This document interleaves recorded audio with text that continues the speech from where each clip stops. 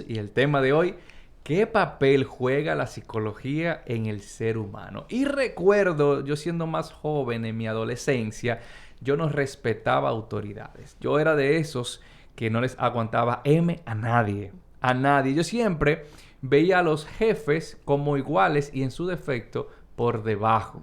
Es decir, yo nunca como que respeté a autoridades. Incluso, aún más pequeño, hasta a los profesores yo lo veía como inferiores a mí porque, modestia aparte, yo era bien receptivo, bien inteligente y entendía todo lo que ellos me explicaban así al aire. O sea, yo era de lo que acababa primero los exámenes, me aprendía la clase, inclusive leía y completaba los ejercicios de los libros antes de cada clase. Entonces, como eso era lo que ellos me enseñaban, para mí era tan fácil, decía, que tú no tienes nada que enseñarme, entonces ¿por qué yo tengo que respetarte? El punto es que yo siempre fui, en palabras llanas, muy atrevido y ese atrevimiento yo se lo atribuía a mi seguridad, porque también era muy egocéntrico. Yo decía, no, que yo soy la cosa, yo soy la pámpara. Entonces, en terapia psicológica yo descubrí que esto nada tiene que ver con estar seguro de uno mismo. Y hoy yo tengo la dicha, el privilegio, el honor de tener en este episodio a mi psicóloga de cabecera, la licenciada Paola Infante. Gracias por estar aquí, Un Paola. aplauso. Gracias por la invitación. Un placer estar aquí también, Carlos. Paola, vámonos de una vez. Bueno, para dar un preámbulo, Paola es quien me trató en esta segunda versión de mi vida cuando yo necesitaba ese tratamiento psicológico que fue impulsado por mi esposa y fue tan necesario. Y ella fue que se tiró este chucho arriba y gracias a Dios que pone su gracia sobre ella, pues ahora, hoy, en este día podemos decir que estamos muchísimo mejor que el primer día que fuimos para allá. ¿Verdad que sí, Paola? Me alegro mucho, así Sí. es. Bueno, entonces vámonos de inmediato. ¿Qué papel juega la psicología en el ser humano, Paola? Hmm. Bueno, primero entiendo que la psicología pues ha brindado, tenemos que reconocer que ha brindado muchos aportes en cuanto a los estudios del comportamiento humano. Sí. Ella une, ¿no? Algunos también componentes de la misma ciencia que nos permiten, por ejemplo, comprender un poco cómo funciona el cerebro, ¿no? Cómo funcionan las emociones, cómo podemos describir los comportamientos, qué comportamientos quizás son saludables, cuáles aquellos ya posiblemente están dentro de una patología y necesitan ser atendidos. Y pues nos da un poco de claridad, nos da herramientas, nos da recursos a nivel también cognitivo en cuanto a creencias que deben ser modificadas, nos ayuda a entender los sistemas familiares. Hay muchas ventajas que pues ha traído la psicología. Ya es importante que como vamos a hablar un poquito de todo acá, ustedes escuchen hasta el final, porque verdad, yo no voy a responder todo así de un tiro, sino que voy a ser juiciosita. Dosificado. Voy a dosificar, sí. Pero esos son algunos de los aportes que ha traído la psicología. Con sus también diciendo, y algo importante para acá, y algunos dirán, bueno, pero cada uno tiene su librito. Eso es cierto, de hecho, Sí. la psicología tiene muchas teorías. Ojo, o sea, cada psicólogo se maneja con distintas teorías. Eso ¿Sí? es bien interesante. O sea, Hay varias teorías. Claro, no. Por ejemplo, las especialidades. Hay unos que es la especialidad, los que son psicoanalistas, que vienen de la corriente de Freud. Hay otros que son cognitivo-conductual. Hay otros que son logoterapeuta. Por ejemplo, yo soy logoterapeuta y cognitivo-conductual. Hay otros que son sistémicos, ¿no? Entonces, cada persona, dependiendo de su especialidad, ¿no? Pues va a tener también un abordaje un poco diferente del comportamiento o del tema que se trae a la consulta. Eso también influye de si yo soy psicóloga creyente, si no soy psicóloga creyente, si yo soy consejera bíblica y demás. Por ejemplo, estas son mis especialidades a nivel de psicología, pero yo soy consejera bíblica. Así que en mi caso, pues la autoridad en mi consultorio es Cristo, es su palabra, y a partir de ahí pues utilizo los recursos que me brinda la psicología para poder apoyarlo, pero desde otra sombrilla. O sea que eso también influye muchísimo, todo esto, sí. ¿No? Enormemente. Sí. Y yo voy a aprovechar este espacio para recomendar que no es para esto. El podcast no es para esto, pero óiganme. No. Cuando yo recibo algo, que yo sé que le puede ser de ayuda a otras personas, que sí, para esto es este podcast, hay que promocionarlo, hay que promoverlo, hay que decirlo, hay que vocearlo a los 7 vientos.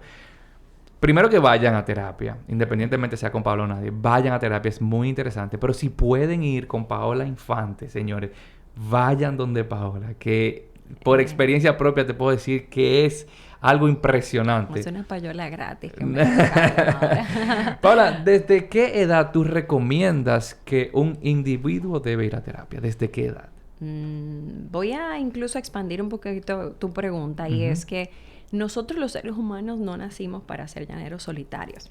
Okay. Nosotros nacimos para ser siempre acompañados de una u otra manera. Entonces, el acompañamiento con un psicólogo, o con un consejero bíblico, lo necesitamos pues desde temprana edad, desde los momentos en donde quizás tenemos algunos asuntos por resolver a nivel emocional, cuando hay problemas en casa, cuando hay comportamientos que son banderas rojas, ¿no? No hay un punto de partida. Puede ser incluso niños de 1 año, de 2 años, que tienen que ir al psicólogo infantil porque hay algunos patrones conductuales que quizás pues le está llamando la atención, y a veces son los mismos pediatras que dicen deberías de ir quizás donde un psicólogo infantil, ¿no? Y hasta ya muy avanzada edad, o sea que no hay un rango. No hay un rango. Okay. Te lo pregunto porque mientras más jóvenes somos, es como que nos da temor hablar de lo que sentimos. Es decir, hablaba yo en mi episodio pasado de psicología que no nos cuesta pensar de que déjame yo ir a hablar mis cosas con una persona que yo no conozco. Claro. Entonces, ¿por qué es que eso pasa? ¿Por qué mientras más jóvenes somos, más nos cuesta abrirnos? ¿Por qué? ¿Por qué tú crees que eso puede pasar? Bueno, hay muchas cosas que influyen. Una de ellas también es lo que yo he aprendido de la comunicación de mis propias luchas, ¿no? Si yo vengo también de un hogar en donde comunicar tus luchas, eso es como, perdón, o sea, un mito. Okay. No, esto es un libro cerrado. Naturalmente a mí se me va a dificultar mucho comunicar las cosas. También la falta de confianza. Tienen pocas personas de apoyo alrededor. Viene el tío, viene el amigo, viene alguien y dice, no, tranquilo, cuéntame que yo no voy a decir mucho. Y resulta que luego andan ventilando la vida de ese adolescente. El adolescente en ese momento, mira, hace cruz y raya, corta de raíz. Dice, no, yo no puedo decirle mis problemas a nadie. También la inmadurez. O sea, hay mucha inmadurez. También actitudes pecaminosas como el ego, yo me lo sé todo, tú lo decías al inicio, o sea, yo me lo sé todo, esta rebeldía contra la autoridad, o sea, ¿quién es Dios? A mí no me importa Dios, a mí no me importa mi autoridad, a mí no me importa mi mamá, mi papá, nadie, mucho menos un trapo de psicólogo, o sea, imagínate, si no respeta a papá y mamá, ¿por qué voy a respetar yo X psicólogo que venga a ayudarme? Ok, yo estuve investigando y encontré un artículo del 2021 de la Oficina Nacional de Estadística que decía que en los años, en 2017 y el 2019, más de 24,000 jóvenes fueron detenidos por cometer alguna infracción, siendo la posesión de drogas y los robos como lo que van primando ahí. Entonces, ¿entiendes tú que esto tiene que ver con la influencia de nuestros círculos, del colegio? Porque hay una realidad que se está viviendo, por lo menos en nuestro país, y es que la mayoría de los casos delictivos que están pasando lo están cometiendo jóvenes. Entonces, eso me imagino que tiene que ver mucho con el tema de la salud mental y en el área de la psicología más.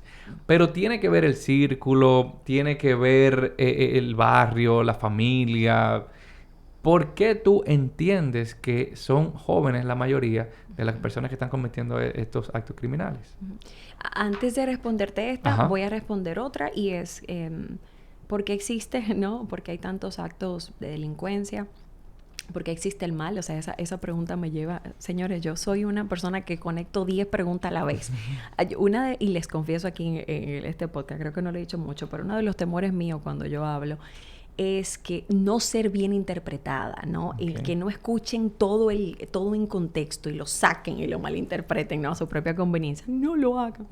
No le hace bien. Bueno, entonces, el tema es que a nivel general, lo primero es, Carlos, que nosotros, el mal existe y la delincuencia existe, primero porque Juan 3:19 lo responde mejor que yo, y es que la luz vino al mundo y nosotros la rechazamos. Así que nosotros, por eso hemos ido a favor de hacer obras del mal, ¿no? Y ese es el pecado. El primero es esto, el pecado está en el adulto como en el joven. Punto número 1. Esa es la razón por la que predomina el mal. Número 2. ¿Por qué muchos de estos actos delictivos se hacen dentro o ocurren en los adolescentes? Ojo, que ellos lo que están es como empezando su vida delictiva, porque muchos de ellos quizás luego continúen en la adultez. La impulsividad, o sea, esto es una de las cosas que primero influye, la impulsividad, la influencia. Ocurre en la adolescencia que empiezan ellos a reconocer y apreciar, o sea, tener mucha más alta estima la aprobación de sus pares. Entonces, la aprobación de mis pares me importa mucho.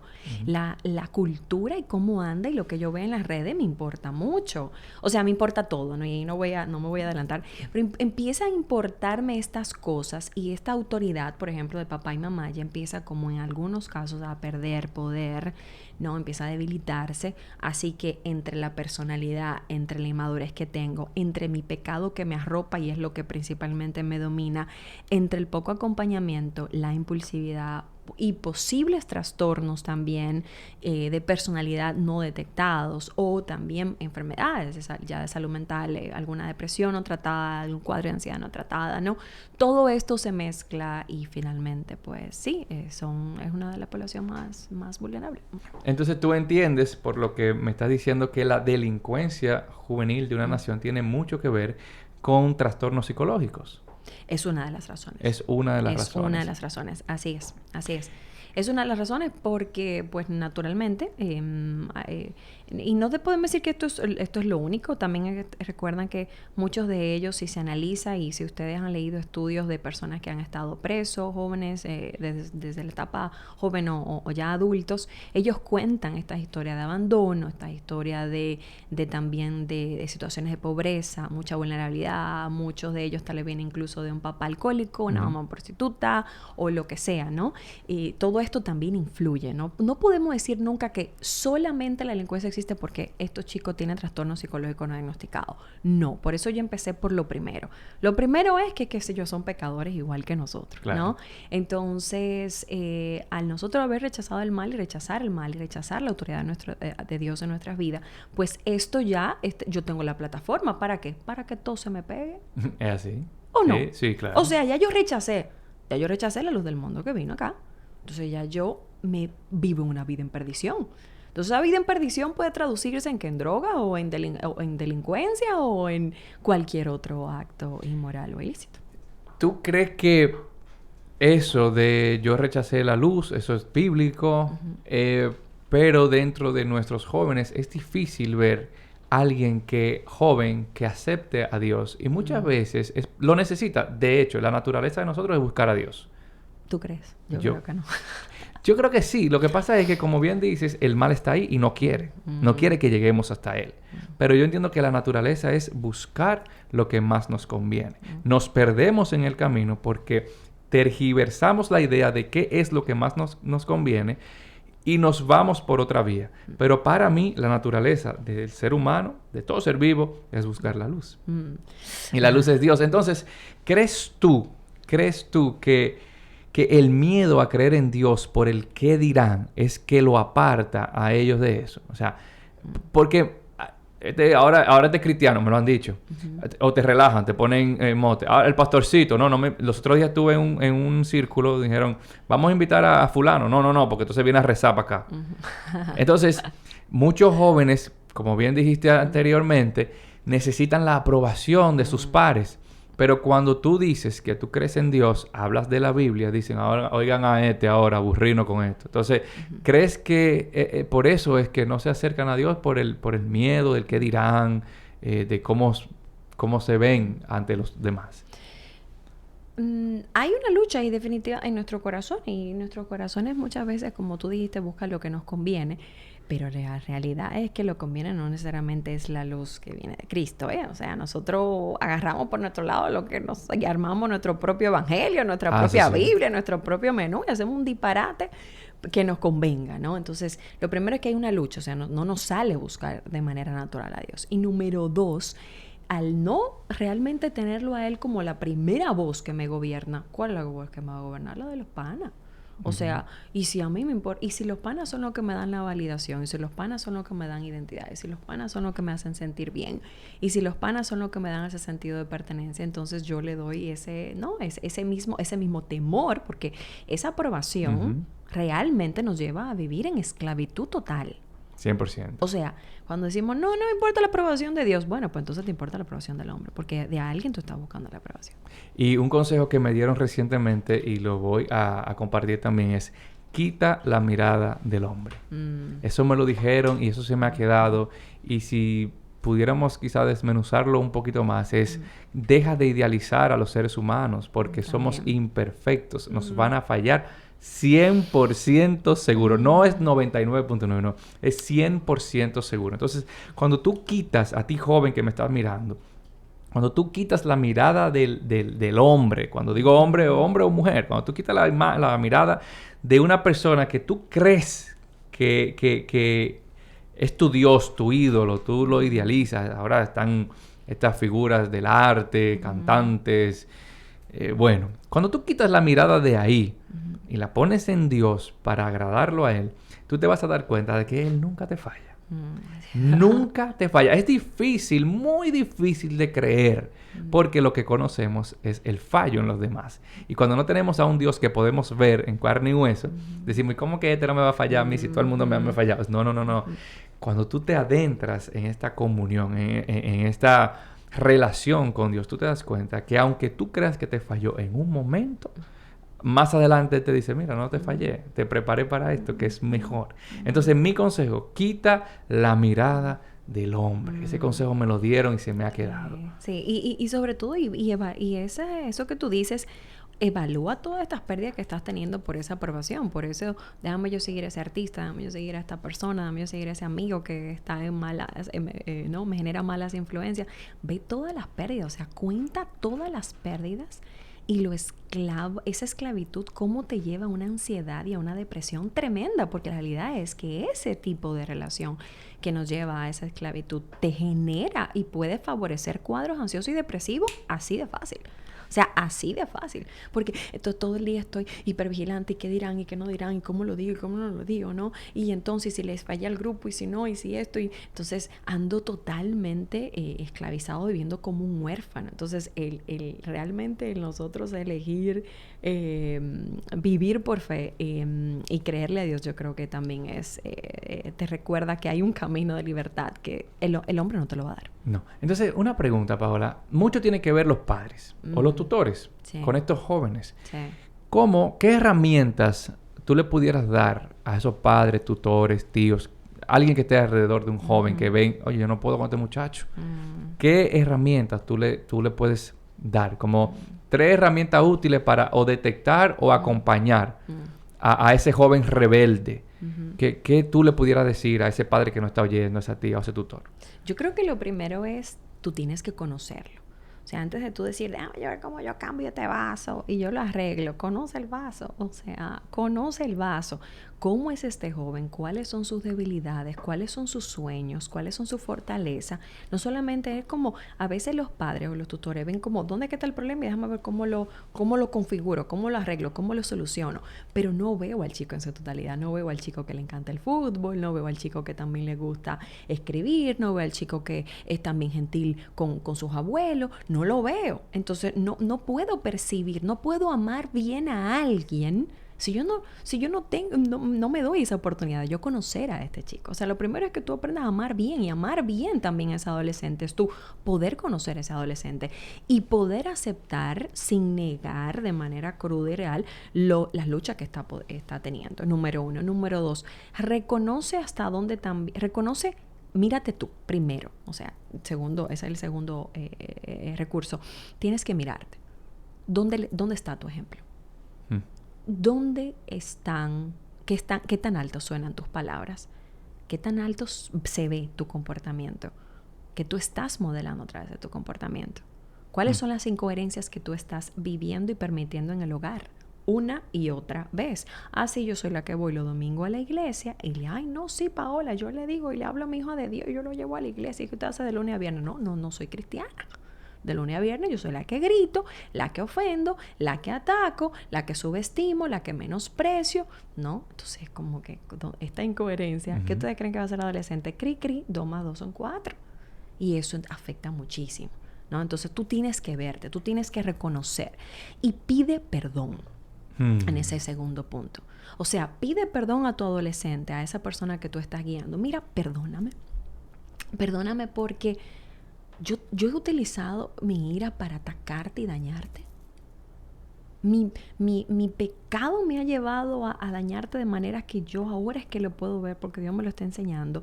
Pero yo te pido perdón también por las veces en donde, por falta también de recursos o lo que sea, yo no he sabido cómo amarte bien porque yo no te he sabido amarte bien. Y te pido perdón por eso. Porque los padres tienen un temor ay, si yo lo reconozco, mira, después me quieren meter en un bolsillo. ¿Quién te ha dicho? Ese tipo de vulnerabilidad es sanadora para ti y para ese adolescente. Y se necesita. Entonces, dele la cara, siéntese con su muchacho y mira los ojos y asuma su responsabilidad como ser humano. Asúmala, mirándole a los ojos. Aunque eso duela. No importa, eso es un dolor que sana y está bien, hay lágrimas que son para bien y eso son lágrimas que van a salir para bien. Dios ama al de corazón contrito y dice que mira de lejos al que es altivo y al orgulloso. Entonces, o sea, ahí ya tú tienes un corazón contrito y humillado. Eso es lo que necesitan también ver tus adolescentes, ¿sí? Y tercero, también ahí es tu poder ver qué podría estar necesitando mi hijo, que yo le puedo dar desde este hogar y que tal vez necesito a otras personas para incluir, por así decirlo, en este equipo, ¿sí?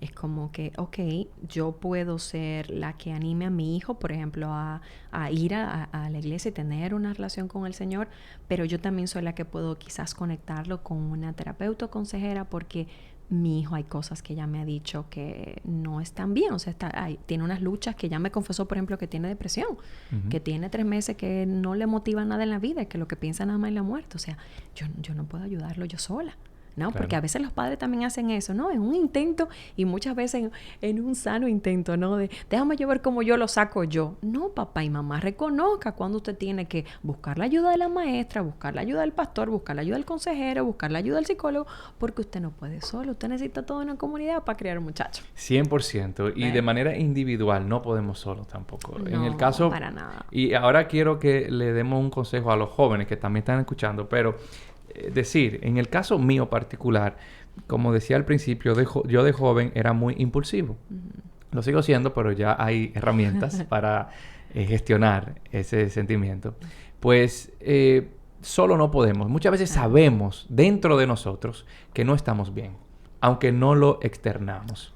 Sabemos que no nos sentimos bien y sabemos que lo que estamos haciendo no es lo correcto. Por lo menos en mi caso yo sabía que el yo decirte 3 cosas mal dichas, aunque era lo que yo quería, pero yo sabía que no estaba bien. Pero no me atreví a decirle mami, o papi, o fulano, o fulana. Yo me siento mal cuando le hablo mal a alguien. Pero realmente me sentía mal. O sea, yo venía con mi ímpetu y te decía, no, porque Paola, tú tienes que respetarme porque tú eres una buena... Sí. Y luego de eso yo decía, ¿pero por qué yo le hablé así? Pero no lo externaba. Entonces, si usted se siente así, si usted sabe que sus comportamientos y sus acciones no le satisfacen, eso es un indicativo de que usted no está bien. Tiene algún tema psicológico, puede ser, y que solo no lo va a cambiar. Es decir, que yo me voy a proponer hablarle mejor a Paola o hablarle bien a mis iguales. No, lamentablemente muchas veces no vamos a poder solo porque eso es algo más poderoso que nosotros que está en nuestra cabeza. Entonces, a esos jóvenes, Paola, ya para finalizar, que nos están escuchando, que dicen, wow, pero si yo quisiera, ¿qué paso yo debo dar para cambiar este rumbo, para no seguir sintiéndome en depresión, o sea, para no seguir sintiéndome triste, para no seguir sintiéndome vacío o no aceptado o por el piso? ¿Cuál sería el consejo para finalizar? Yo creo que la primera sería encuentra una persona sabia y de confianza a tu alrededor. Usted necesita una persona sabia a su alrededor. Y quizá, de hecho, Carlos te dirá algo. Quizá esa persona sabia primero no es su psicóloga no importa que sea creyente, ¿no? O sea, quizás es una persona cercana, ¿no? Que tú digas, no, esta persona, este hombre, esta mujer, este tío, esta tía, este profesor. Uno siempre a veces tiene hasta un profesor, como ese profesor que te mira mejor de lo que tú mereces. ¿Sí? Y yo digo que siempre esas son como los primeros destellos de gracia de Dios para Él atraernos. Cuando tú ves que tú tienes estas personas sabias a tu alrededor que te miran y te tratan mejor de lo que tú mereces. Aprovecha a esa persona y acércate y di, yo necesito ayuda. Y empieza con esa sola frase, yo necesito ayuda. ¿Sí? Y todo esto que tú decías, no, porque entonces tú empiezas, a veces los adolescentes queremos. Queremos. Pero Paula, tú eres una muchachita. Oh, padre, no, hermano, ya hace rato, eso pasó. Entonces, a veces se expresan así muy impulsivamente, caóticamente, y en el fondo, y nunca dicen, yo necesito ayuda. Empieza por esa frase. Tienes que empezar por esa frase. Encuentra a esa persona sabia y empieza por la frase, yo necesito ayuda. Y que tú seas realmente y brutalmente honesto. Eso brutalmente honesto. Tú no puedes contar una esquinita de tu vida. No funciona así. No funciona así. Yo justamente escuchaba hoy a un profesor con Celia Vilca y él decía, Dios no es un Dios de hojalata, o sea, como que ya, Dios, yo nada más yo te necesito aquí y aquí. No, o sea, tú tienes que realmente exponerte y abrir tu corazón, ¿sí? Número 1. Número 2, esto que tú me decías del vacío, de la aceptación y demás, es reconocer que nosotros siempre, nuestro corazón rebelde, ¿verdad? Que dice, yo no me quiero sujetar a Dios, no quiero conocer a Dios. Al final, entiende que tu corazón va a buscar otra cosa a la que apegarse. Sí. Tu novia, tu novio, el trabajo, los estudios, tu dinero, el poder, la fama, lo que sea, tus adicciones. Tú vas a buscar algo de lo cual ser esclavo. No me digas que no. Incluso a tu propia listica, a lo que tú ahora mismo estás siendo esclavo. ¿De qué tú te estás dependiendo? ¿Qué tú sientes que si te lo quitan hoy tú te vas a morir? Dilo, o sea, búscalo. Saca esa listica. Entonces, adivina qué. Estas son cosas que realmente nosotros podemos perder y a la larga la suma no te va a dar igual a felicidad, plenitud y propósito. Ni paz. Entonces, si tú dices, bueno, uno dirá, y yo lo digo a veces, Carlos, yo le digo, mira, ¿sabes qué? Yo te expuse esto y quizás tú no lo veas desde ahora y quizás Dios tenga que permitirte que tú te le beses en la pared. Pero yo digo, y es mi invitación, el sabio, como dice la palabra, el sabio ve el mal y se aparta de él. Entonces, si ya te lo estamos diciendo en este lugar y seguro tal vez en algún otro espacio, pide sabiduría a Dios. Padre, yo ahora mismo estoy muy necio. Eso sería otro consejo. Tú reconocer el nivel de tu necedad y rebeldía. Yo estoy muy necio ahora. Es más, yo no soporto a la psicóloga que me está diciendo esto y que me está recordando esto. No la soporto. No la voy a ni ver, no la voy a ni seguir. No me interesa. O sea, es tanta mi rebeldía que yo no quiero que me mencionen ni la D de Dios. O sea, reconócelo. ¿Tú crees que Dios le va a salir corriendo y te va a mandar un fuego del cielo? Para eso fue que Él vino. Él vino por ti y por mí, por pecadores y por enfermos. Él no vino por personas que creen que todo lo tienen bien. Gracias. Entonces, si Él vino por estas personas, Él vino por ti. Si esa es tu necesidad, entonces justamente, o sea, fue por personas necesitadas. Y el saber que la aceptación, cuando tú la recibes de Él, ya todo cambia. Entonces ya tú no vas a tener esa esclavitud que tú no vas a ir y dirigirte hacia esas cosas que te hacían esclavo. Entonces pide ayuda, sé claro, brutalmente honesto. También sé honesto con las oraciones que tú pídele a Dios. O sea, óyeme, en este lugar es que me encuentro, en este hoyo es que me encuentro. Revisa tus compañías también. Revisa tu compañía y tú dices, acá, pero yo cada vez que yo hablo con fulano, yo salgo con fulano, yo vengo aquí como explotado a la casa. O sea, como... Me drena. Este tipo, mira, o sea, me busca todos los problemas del mundo. De verdad. O sea, haz la suma y la resta. Y no te creas sabio por ti mismo. De verdad, no te lo creas. Y yo sé que es tan duro yo decir esto, porque uno mira hacia atrás, Carlos, y uno recuerda las veces que uno como adolescente uno creía que se la estaba comiendo. Sí, que no estaba comiendo. Comiéndose el mundo. O tú no, pero sí, hasta yo, miren, yo que no fui muy de romper plato en la adolescencia, yo Hasta tenía el año mundo también. pasado yo pensé que tenía el mundo en el bolsillo. O sea, yo no, decía que usted el no mundo se va a giraba comer porque yo nada. decía que giraba. Usted no se va a comer nada. Esta vida es corta. Tú no controlas el día que naciste. Tú no controlas el día que te vas. Tienes que maximizar tu tiempo, aprovechar tu tiempo, utilizarlo sabiamente. Y lo primero que puedes hacer es realmente pedir a Dios que entre a tu vida y que toque, ¿no? Y que tú tocaras esa puerta. Así es. Yo todavía no he visto el primero que le haya ganado ni a la calle ni al mundo. Es que no hay forma. No hay forma. Explotado, además. ¿Tú sabes lo que yo estoy viendo? Que los adolescentes de hoy, ustedes están más explotados. ¿Sí? Pero yo estoy viendo muchachos de 20 y pico de años que digo, pero bueno, acá parecen de 40. Así es. Explotado, la mala vida. La mala vida. O sea que por todos los lados no da, Carlos. No, hay pérdida. Hay pérdida. Bueno, ahí están. Estos son los consejos. Gracias, Paola, por estar aquí. Yo de verdad quisiera que esto durara por lo menos 3 horas. Porque hablar contigo es tan edificante. Me llena de paz, me llena de satisfacción y siempre aprendo algo nuevo.